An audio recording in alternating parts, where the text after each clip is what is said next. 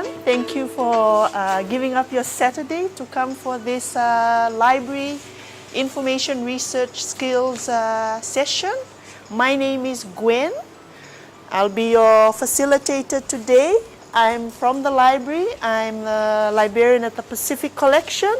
And with me today to help me through is John Dyer. He's right at the back. May I ask John to, yeah, you can see him. He's a library assistant with us. So will be helping you through with today's program. All of you have seen today's program. May I just seek a raise of hands? How many of you are here predominantly for the EndNote and Mendeley session? Or you here interested throughout with the entire program? Okay. We'll start off with the library website and postgraduate services. So just from the USP homepage, www.usp.ac.fj, to get to the library, the down arrow button beside the quick links, click on that. There are a few ways of getting to the library homepage. One of the ways is this: go to select library and you get to the library homepage. I'd like to just say at this stage is that if all of you can follow me, if you ever lag behind, raise your hands. I don't want to leave anyone behind, and either John or myself will come and assist you. Okay, we move together as a group. Okay, so this is the library homepage. Under services, information about as students, undergrad or postgrad, or if you're a staff member, how many books you can take out, how many items at any one time, and the loan period. For those of you who have been with us from undergrad, you would know that there's no acceptance of excuses that I forgot that my book was due 2 weeks ago. The fines start immediately. Once your book is due, fines start. For those of you who may be interested in interlibrary loans, these are materials that you cannot find physically in the library or electronically, whether on our databases. These are electronic books or journal articles, and you really want the item. Interlibrary loan, when you lodge a request for either a journal article or a book format, you submit it to the library at the main issue desk, and then we go out and look amongst our network of libraries for your resource. If it's a journal article, it will be coming back to us through an email attachment. If it's a book, it will be mailed to us through snail mail. So a book may take a while if it's a physical book. If it's an electronic book, it's quite fast. There are costs for it, $40 per request. For those of you who are on scholarships, we also accept the vote code. Because if you click on the form,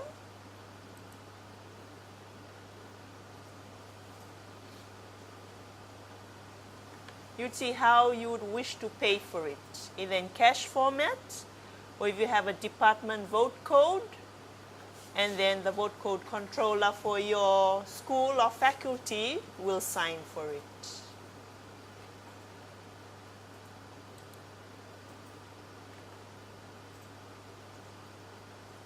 In saying that, before you use the interlibrary loan, there are other ways.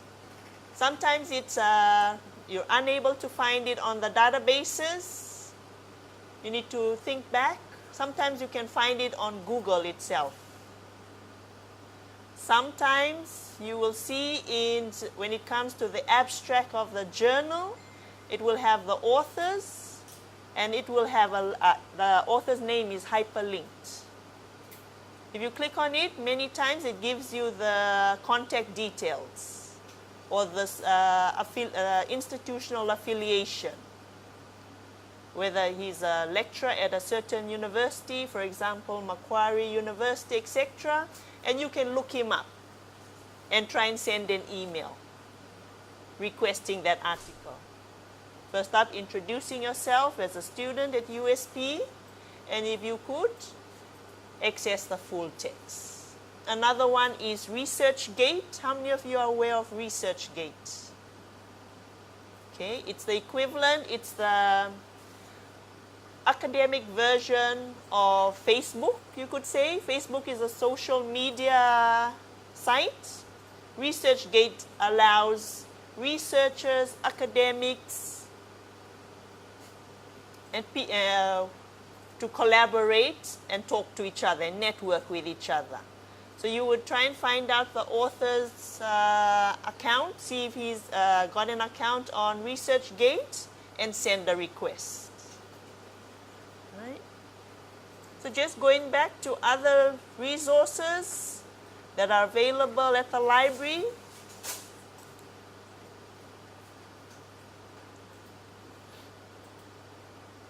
One is the spaces.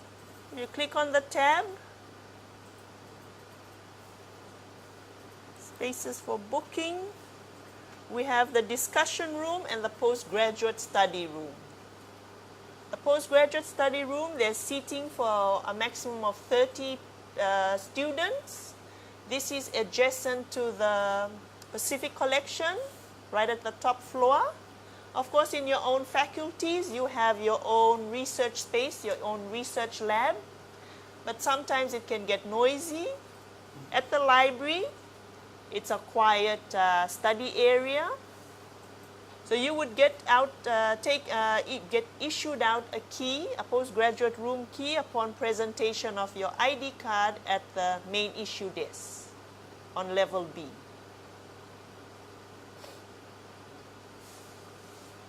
It is open from the time that the library is open till half an hour before the library building closes.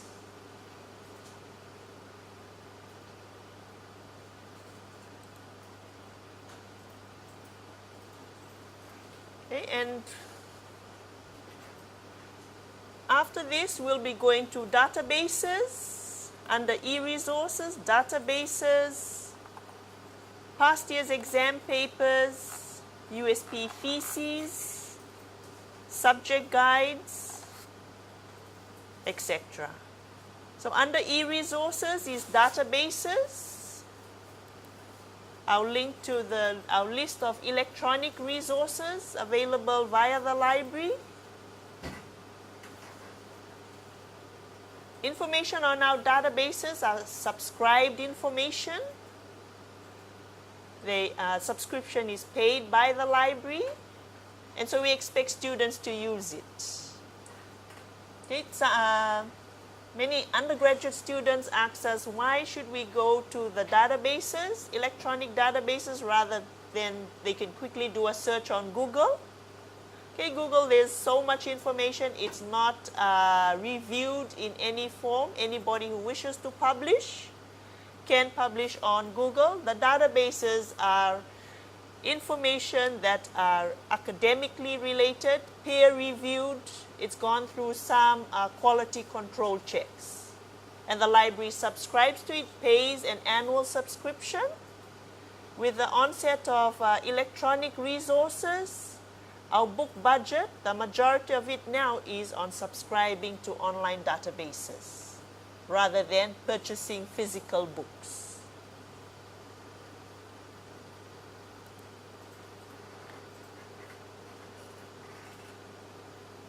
If you're doing your postgraduate through research by thesis writing, then exam papers, past year's exam papers are not relevant to you. For those of you who are doing units whereby exams are required, then this is the link to past year's exam papers. It's a good study tool.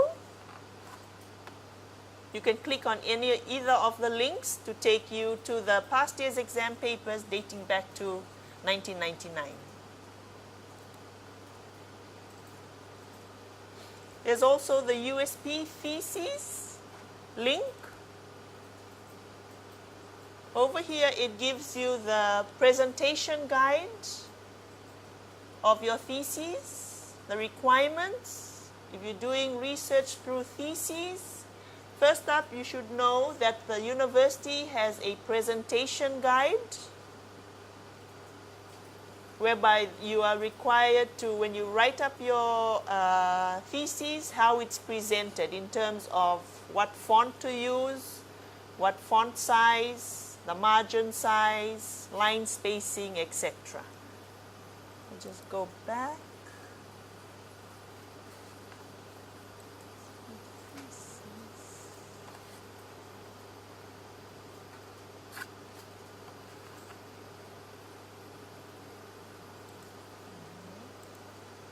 Give me a moment. Okay. Here's a thesis presentation guide. I'm just diverting a little bit on your left navigation bar. The fourth one from the bottom, thesis presentation guide. If you click on thesis presentation guide again, a PDF that tells you what are the regulations. It's important that before you start writing your thesis, you know about this presentation guide. Because even when your thesis has been marked by your supervisor, you have passed by your examiners, both internal and external, it comes to the library for a final checking. We don't check the content, we check the presentation, that you have met this presentation guide. We will check things like whatever is detailed here, the margin size, the spacing, the lettering, and it can delay the final approval of your thesis so that you can graduate. In the past, we've had a few students that have missed the graduation. Because your graduation, just say for example the one that just finished yesterday, a month before that in February is when SAS have their deadline. Because they are required to print the program, print the certificates, so they're given 1 month.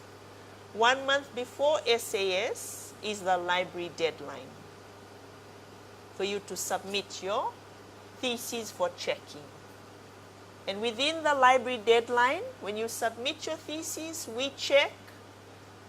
It's good if you've met all the criteria of this presentation guide. If not, there'll be a lot of emails going to and fro that you haven't completed certain things need to be corrected. You will correct it, send it back. New things may have come up in your thesis. They ask you to correct, you send it back, and then once the library approves for you to print, you'll print out your thesis, at least 2 copies, one for the library, one for your faculty. You may request personal copies, then it gets bound by the library. Binding takes between 3 to 5 working days, taking into account that the glue needs to dry. So you have to consider all this in your timeline, in your Gantt chart. So when it's bound, it goes back to the faculty, and letters need to be raised from your faculty, from your dean or your school, together with accessibility forms. The author statement of accessibility 1 and 2. As well as a CD needs to be made with the electronic copy of your thesis stored on that CD. It needs to be labeled accordingly in a donut label. That you would all find in procedures for deposit of your thesis. And then it gets submitted to the library, and then the university librarian then raises a letter that will go to the research office and DVC research. So it's a lot of procedures, steps in place. It's not an automatic one-day process. So for those of you who live here, that's fine. For those of you who come from other countries, you go back, there can be a delay. Okay, so I'd just like to bring this up front, not to worry you, but that to make you aware that this is one of the procedures for our postgraduate students. Okay, so back to the Usp Theses Collection. You can search by your title or by an author search, and these are all the full text theses that are available. Because once you finish your thesis, when you fill out those 2 accessibility forms, they're asking you whether you want to put them online. You as the author, you have copyright over it. It's your intellectual, you hold intellectual property over it. So it's asking you whether you want to place it online for everybody to access. If you have said yes, we'll be placing it on this portal, on the thesis portal, where you have a running list in alphabetical order. I've clicked the title, A to Z, and if you click on the PDF links, they take you to the full text of that thesis.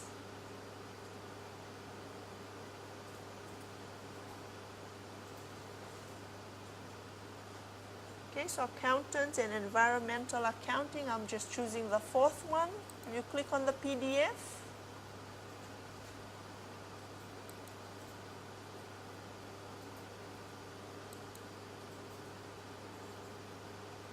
is it not working? Okay.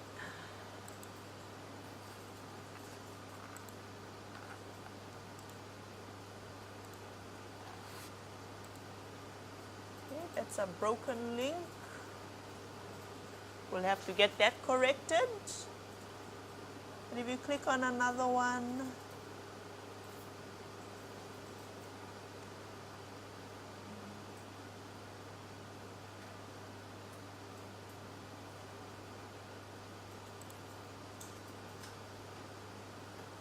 they should work. So these are the accessibility forms. This one allows internet access. He's saying yes for it to be on the internet. And you have the full text of the thesis. Are there any questions so far? No? Okay.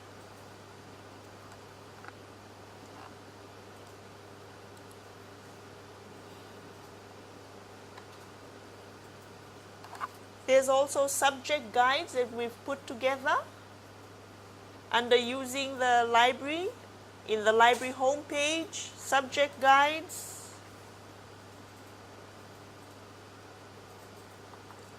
You click on it, we have accounting, development studies, economics, finance, that may be of interest to this group from FBE. And if you're from PACE, there's some climate change information. If you click on the link,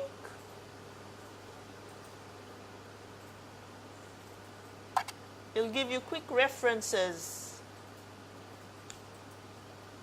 that are library related.